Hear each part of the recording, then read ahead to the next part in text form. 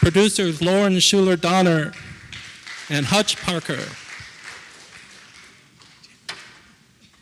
Who wants first question on this one? They don't give you any rest, do they? You're just like bang, bang.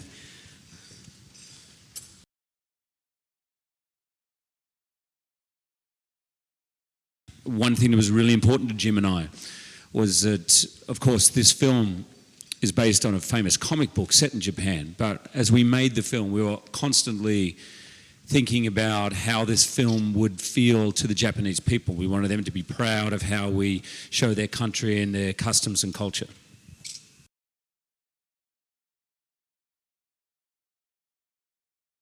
Well, you know, that's a good question about trailers in general, I think, but it's not that he chooses. I don't want to give too much away, but you've inferred something that may not actually be true. So, of course, that'll make a big difference to you. I understand that might be upsetting. Yeah, it kind of is, because, you know, it's really cool about just the Wolverine having to live forever and all that pain that he comes. I think you're spending too much anxiety before seeing the movie. Of course, yeah. I always do. You should see it and then get really pissed or not. Trust me, I'm going to be the first one to see it on No, but I Wednesday. think that you may be more satisfied with what you experience in the film when it's not upcut to 2 minutes and 10 seconds. Yeah, But you know what is in the film, and I don't mind saying, and you can feel that from the trailers, is imagine being 200 or 300 years old and living with the fact that everyone you've known or loved has passed or died, or in the case with Jean Grey, the love of his life, he killed her, you know, as he'd become Dark Phoenix. At the end of X-Men 3, he kills her and then roll credits, you know. So finally in this movie we get a chance to live with what haunts Wolverine, what it is like having that sort of immortality, being who he is, and knowing that his strengths bring destruction, pain, and loneliness as well. So he questions the burden that is his life, but I'm not going to say he chooses it. Okay.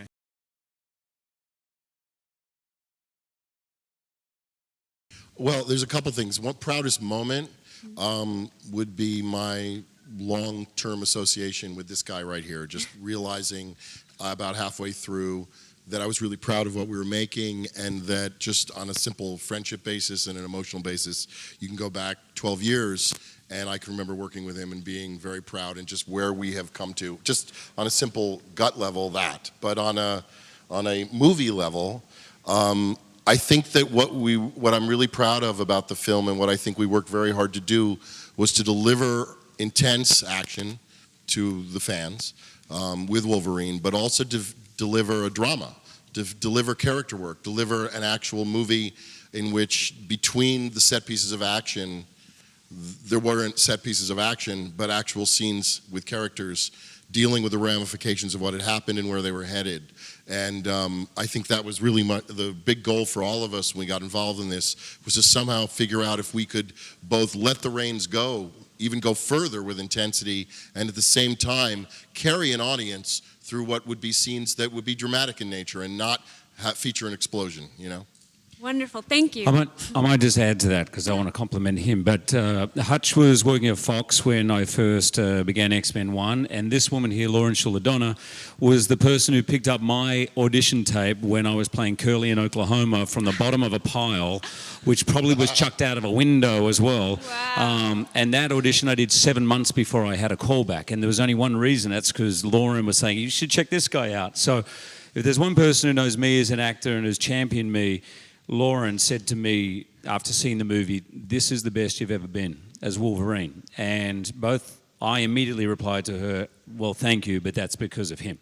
Because I'd forgive a director walking onto a set with an actor who's played a role 5 times before of saying, listen, you do your thing, I'll worry about everything else, but he never did. With me, with all the other actors, Rhea Tao, who've never been in a movie, for example. He really, I think, got the most out of all of us. Thank you. That's wonderful, thank you. It's so rare that an individual character can become kind of bigger than the movie that he started in. And I can't even think of a corollary besides Wolverine that's done that. How that can jump from, movie to movie and show up in great kind of unexpected places sometimes. What's your impression of the character, and can you ever see leaving him? He's so perfect for you. Well, I think, thank you, but I think you're slightly exaggerating it. And around about Memorial Day next year, you'll see that you're slightly exaggerating because the X-Men movies are beloved all around the world. And actually, if you go back to the comic book series, the Wolverine sort of spin-offs are very, very popular. But the X-Men series has always been kind of the foundation. I think what X-Men did, and Wolverine's a great example of it, is invent a way to make superheroes human. Complex, flawed, interesting. That's why they're played by so many interesting and different actors. That's why so many great directors take them on, because there's an opportunity for something very, very human as well as something spectacular. When I grew up, I loved Mad Max. I loved Dirty Harry. I couldn't get enough of them, right? Because that's who I thought was cool. That's who I wish I was like. And in a way, I think Wolverine fills that. That kind of archetype. He's a bit of an anti-hero. Deep down, he's a good guy, but he's never a nice guy. And he's conflicted, and he is, in a way, flawed. But at the same time, he's just the last person you want to piss off. And there's something really cool about that. Awesome. Thank you.